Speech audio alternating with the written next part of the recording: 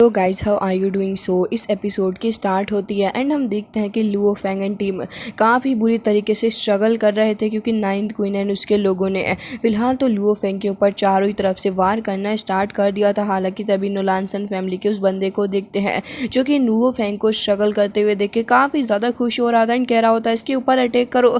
लेकिन तभी हम देखते हैं कि यहाँ पे लोग तुरंत ही अपने अटैक को रोक देते हैं, बल्कि यहाँ पे सारे ही लोग अटैक करना बंद कर दिए थे। अब ये देखते ही वो बंदा और भी ज़्यादा हैरान हो जाता है। इवन वो सोल्जर्स तो ये कह रहे होते हैं कि चलो चलो ठीक है, हमारा काम हो गया, हमें यहाँ से निकलना होगा। और एक एक करके वो सारे के सारे वापस भी जा रहे होते हैं। ये सब कुछ देख के लुओ फेंग एंड टीम तो हैरान थे ही, लेकिन साथ ही वहाँ पे सबसे बड़ा झटका लग जाता है नोलानसन फैमिली के उस हेड को। साथ ही यहाँ पे नाइन्थ क्वीन जो कि बैठी थी वो भी काफ़ी ज़्यादा स्ट्रेस में होती है एंड अब वो कह रही थी कि देखो तुम्हारा और लुओ फेंग का आपस में मैटर चल रहा है, तो इसके अंदर मैं तो फिलहाल कुछ भी नहीं कहूँगी। हालांकि ये बात सुनने के बाद वो कह रहा था कि आखिर तुम किस तरीके की बात कर रही हो, मैं तुम्हारे साथ हाथ मिलाया था एंड तुम्हारी वजह से मेरे कितने सारे लोग मारे गए हैं और अब तुम कह रही हो कि लुओ फेंग को नहीं मारोगी। आखिर किस तरीके की बेहुदा बात कर रही हो तुम। लेकिन तभी नाइन्थ क्वीन उसे कह रही थी कि मैं कोई बेहुदा बात नहीं कर रही, बल्कि मैं सही कह रही हूँ, तुम्हारे आपस की ग्रजेस हैं तो आपस में इस मैटर को सुलझा लो, बल्कि मैं तुम्हारी हेल्प नहीं करूँगी। ये सुनने के बाद उस बंदे को और भी ज़्यादा गुस्सा आ गया था, लेकिन अब वो कर भी क्या सकता था, जिसकी वजह से गुस्से से तुरंत ही वहाँ से गायब हो जाता। हालांकि तभी नाइन्थ क्वीन को देखते हैं जो कि उससे भी ज़्यादा भड़की हुई थी, बल्कि उसे फिर पास्ट की बातें याद आ रही थी जब हमें लास्ट एपिसोड में दिखाया गया था कि उसके ग्रैंडपा एंड चांग चैन के बीच में एक डील हो रही थी। तो हो सकता है कि डील इसी बारे में हो। तभी यहाँ पे नाइन्थ क्वीन अपने ग्रैंडपा से कह रही थी कि आखिर ये कैसे हो सकता है, हम भला कैसे उन्हें जाने दे सकते हैं, लुओ फेंग को मारने का आखिरी मौका है हमारे पास ये। लेकिन तभी ग्रैंडपा कह रहे थे कि बस तुमसे जितना कह दिया गया है इतना कर लो, मुझे उम्मीद है कि तुम मेरी बातों को समझ चुकी होगी, खुद से एक्शन लेने की जरूरत नहीं। हालांकि नाइन्थ क्वीन को इस बात से काफी ज्यादा गुस्सा था कि आखिर कैसे उसके ग्रैंडपा इस बात के बारे में उसे कह सकते हैं। लेकिन तभी वो कह रहे थे कि देखो इस सौदेबाजी के चक्कर में मैं अपना सिंहासन अपने हाथों से छोड़ना नहीं चाहता हूँ, भले ही जो कुछ भी हो, हमें तो बस पासवर्ड से मतलब है ना, पासवर्ड मिल जाए तो उसके बाद ये लोग आपस में जो भी करें हमें इससे कोई भी लेना देना नहीं है। हालांकि नाइन्थ क्वीन को पासवर्ड नहीं चाहिए था, बल्कि उसे तो लुओ फेंग की जान भी चाहिए होती है। लेकिन अपने ग्रैंडपा के इस फैसले के आगे वो बहुत ही बुरे तरीके से मजबूर हो चुकी थी और चाह कर भी कुछ नहीं कर सकती थी। हालांकि इसी के साथ और भी बाकी सारे वॉरियर्स को देखते हैं जो कि अब वापस जा रहे थे एंड एक एक करके वहाँ पे लुओ फेंग को अकेला छोड़ रहे होते हैं। लुओ फेंग एंड पूरी टीम तो हैरान ही हो गई थी कि आखिर ये सब कुछ अपनी आंखों के सामने होता हुआ क्या देख रहे हैं। इवन उन सबको तो यकीन ही नहीं हो रहा होता कि आखिर ये सोल्जर्स जो कि अभी कुछ देर पहले तक उनकी जान के प्यासे हो चुके थे, अब कुछ ही देर बाद आखिर किस तरीके से ये इनको इतनी आसानी से जाने दे रहे हैं। हालांकि हम देखते हैं कि वो लोग अब इतने ज़्यादा घबरा चुके थे कि एक एक करके अपनी शिप्स के अंदर जा रहे होते हैं। तभी हमें किसी की आवाज़ सुनाई पड़ती है जो कि उन्हें कह रहा था कि बस अब इस युद्ध को बंद करना होगा, क्योंकि ये दोनों ही पक्ष के लिए काफ़ी खतरनाक हो सकता है एंड अगर तुम लोगों ने इस फाइटिंग को बंद नहीं किया तो याद रखना इसके कौन सी अच्छे नहीं होंगे, तुम सभी को भुगतने पड़ेंगे। जिसके साथ ही हम देखते हैं कि वहाँ पे एक पोर्टल भी ओपन हो गया था जिसके अंदर ये सारे लोग जा रहे थे। हालांकि तभी वहाँ पे वो स्पिरिचुअल मास्टर भी अपीयर हो गया था जो कि कह रहा था कि तुम सभी को मैं मुबारकबाद देना चाहूँगा कि इतने हज़ारों सैकड़ों वॉरियर्स के अंदर से तुम अभी भी जिंदा बच के निकल चुके हो, मानना पड़ेगा तुम्हारी काबिलियत को। जिसके साथ ही हम देखते हैं कि यहाँ पे वो बताने लग गए थे कि जो पोर्टल खुला है इसके अंदर तुम यहाँ से जा सकते हो। हालांकि तुम्हारे पास बस कुछ ही सेकेंड्स हैं, अगर इसके अंदर तुम जा सकते हो यहाँ से तो जा सकते हो, मैं तुम्हें नहीं रोकूंगा। लेकिन हाँ याद रखना कि अगर इन कुछ सेकंड्स के अंदर तुम इस जगह से ना जा पाए तो फिर पूरे तरीके से यहीं पे बर्बाद होकर रह जाओगे, तुम्हारे कुछ ही सेकंड्स का वक्त है, अब यहाँ से जा सकते हो। तभी बबाता को देखते हैं जो कि फिलहाल अपनी शिप के अंदर जा चुकी थी जहाँ पे उसके पास सिर्फ 2 मिनट का ही वक्त था एंड हम देखते हैं कि यहाँ पे वॉरियर्स अंधाधुन आगे बढ़ रहे होते हैं, बल्कि वो तो ये नहीं देख रहे थे कि आखिर उनके साथ में हो क्या रहा है। वो लोग काफ़ी तेज़ी के साथ आगे बढ़ रहे थे। Even Luo Feng and team भी अंदर खड़े होकर यही देख रहे होते हैं कि आखिर इस जगह पे चल कर आए, बहुत ही ज़्यादा खतरनाक सिचुएशन हो चुकी थी। तभी लुओ फेंग बबाता से कहता है कि बबाता क्या कर रही, स्पीड बढ़ाओ। एंड बबाता के पास में कोई दूसरा ऑप्शन तो होता नहीं है। तभी वो उस होस्टेज बंदे की कान को पकड़ लेती है और अब बबाता ने उसे काफ़ी खतरनाक तरीके से मजबूर कर दिया था। इवन हम देखते हैं कि शिप की स्पीड अब 4 गुनी हो चुकी होती है और काफ़ी ज़्यादा स्पीड के साथ में आगे बढ़ रही थी शिप। हालांकि लुओ फेंग अभी भी काफ़ी स्ट्रेस में होता है क्योंकि उसे कोई होप नहीं नज़र आ रही थी। लेकिन बबाता ने जिस तरीके से उसके ईयर को पकड़ के टाइट किया, इवन उसके ईयर को वो ऑलमोस्ट तोड़ने ही वाली होती है, जिसके चलते शिप इतनी अंधाधुन आगे बढ़ रही थी कि पूरे तरीके से चारों ही तरफ से टूट चुकी होती है। बाकी सारे लोग उस पोर्टल के अंदर जा रहे थे एंड यहाँ पे अपनी लुओ फेंग की शिप भी बहुत ही ज़्यादा तेज़ी के साथ आगे जा रही थी। बबाता इस वक्त ये नहीं देख रही होती कि आखिर वो इस बंदे के साथ कर क्या रही है, बल्कि काफ़ी ज़्यादा क्रूअली उसके ईयर को पकड़ के तोड़ रही थी। स्ट्रगल करने के बाद बबाता ने इस काम को सक्सेसफुली अंजाम दे दिया होता है।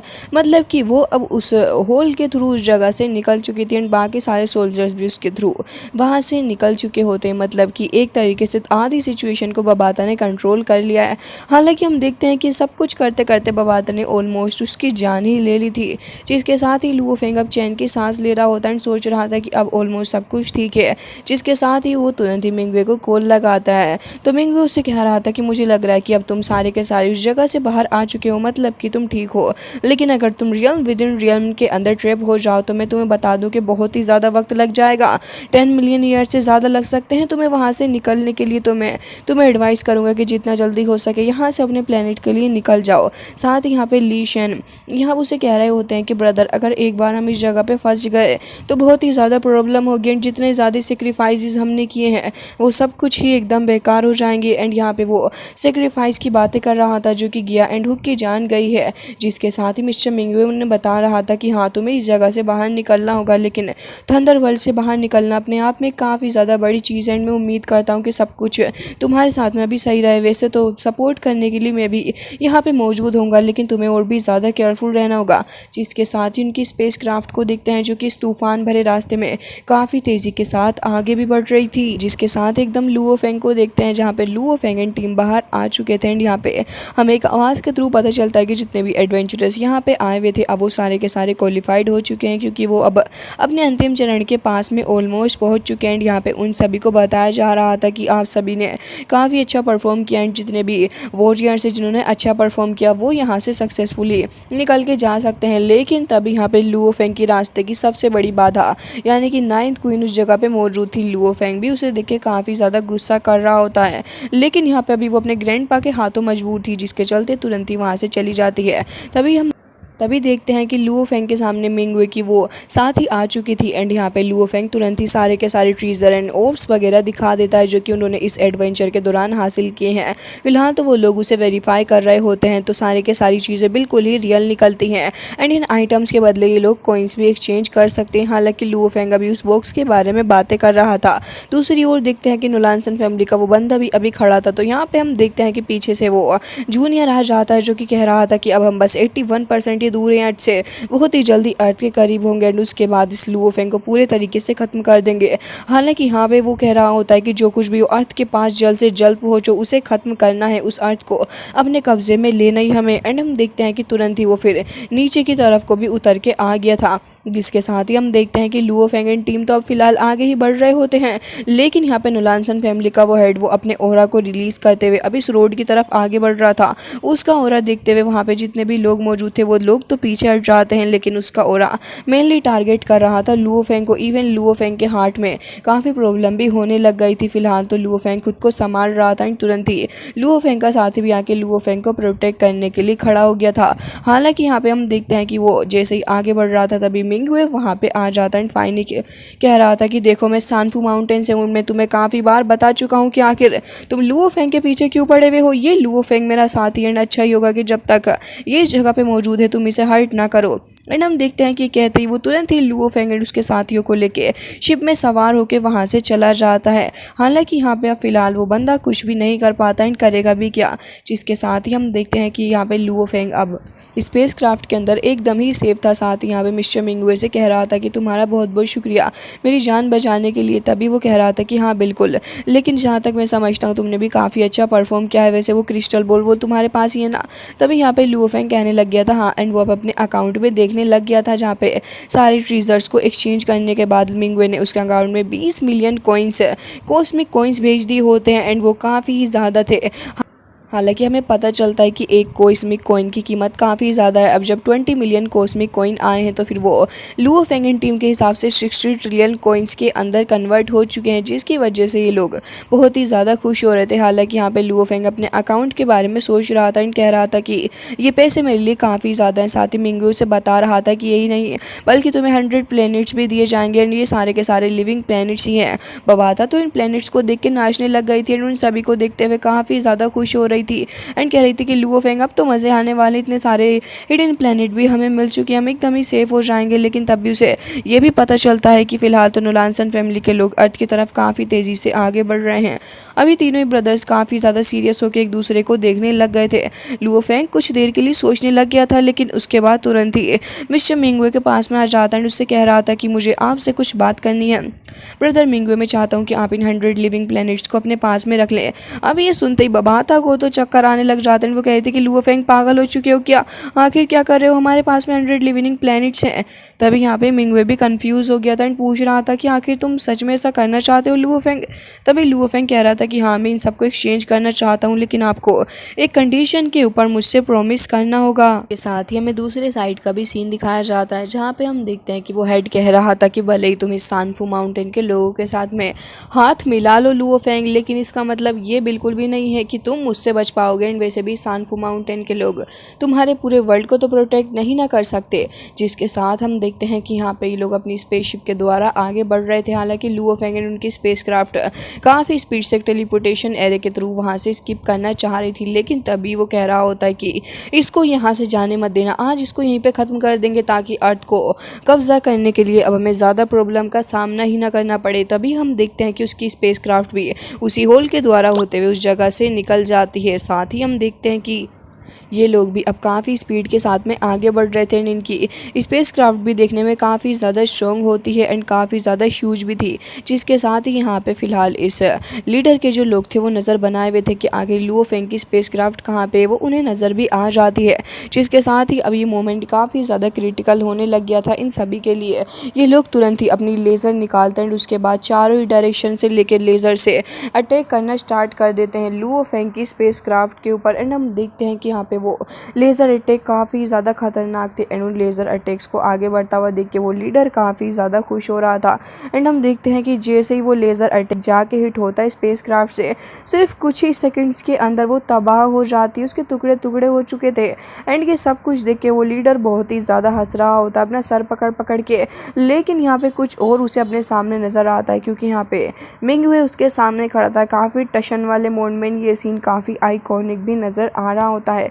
हालांकि सब कुछ देख के उसे अपनी आंखों के ऊपर भरोसा ही नहीं हो रहा होता एंड कह रहा था कि आखिर ये कैसे बच गया जब मैंने पूरी शिप के ऊपर अटैक किया। एंड यहाँ पे उसे समझ में आ जाता है कि लुओ फेंग एंड टीम ने उसके साथ एक खेल खेला है फेक स्पेसक्राफ्ट को तबाह करवा के, लेकिन अब रियल वाली कहाँ है वो तो जानना और भी ज़्यादा मुश्किल है। हालांकि यहाँ पे जैसे ही मिंगवे आगे बढ़ रहा था तो वो तुरंत ही कह देता है अपने लोगों से कि इसे आगे मत जाने देना, तुरंत ही इसे मारो। एंड हम देखते हैं कि यहाँ पे जैसे ही वो लोग लेज़र के अटैक कर रहे थे, मिस्टर मिंगवे की पावर का एक जलवा हमें देखने को मिलता है, जहाँ पे मिस्टर मिंगवे सिर्फ अपने कुछ ही फिस्ट अटैक से वहाँ पे पूरी की पूरी स्पेसक्राफ्ट को डिस्ट्रॉय करे जा रहा था। कुछ ही सेकंड्स के अंदर वहाँ पे उसने थाउजेंड्स ऑफ स्पेसक्राफ्ट को ख़त्म कर दिया होता है। ये सब कुछ देख के यहाँ पे और भी ज़्यादा हैरान हो गया था फ़िलहाल तो वो लीडर। अब यहाँ पे ये लोग अपनी लेज़र के थ्रू अटैक करने जा रहे थे, तभी यहाँ पे हम देखते हैं कि लेज़र भी ढंग से वर्क नहीं कर रही थी और जब वर्क करना स्टार्ट करती हैं जैसे मिस्टर मिंगवे के ऊपर अटैक करते हैं तो मिस्टर मिंगवे तो बच चुका था, लेकिन यहाँ पे इनकी खुद की स्पेसक्राफ्ट तबाह हो जाती हैं। एंड ये सब कुछ देख के तो और भी ज़्यादा गुस्सा इन्हें आ रहा था, क्योंकि सब कुछ और भी ज़्यादा आउट ऑफ कंट्रोल होता जा रहा था।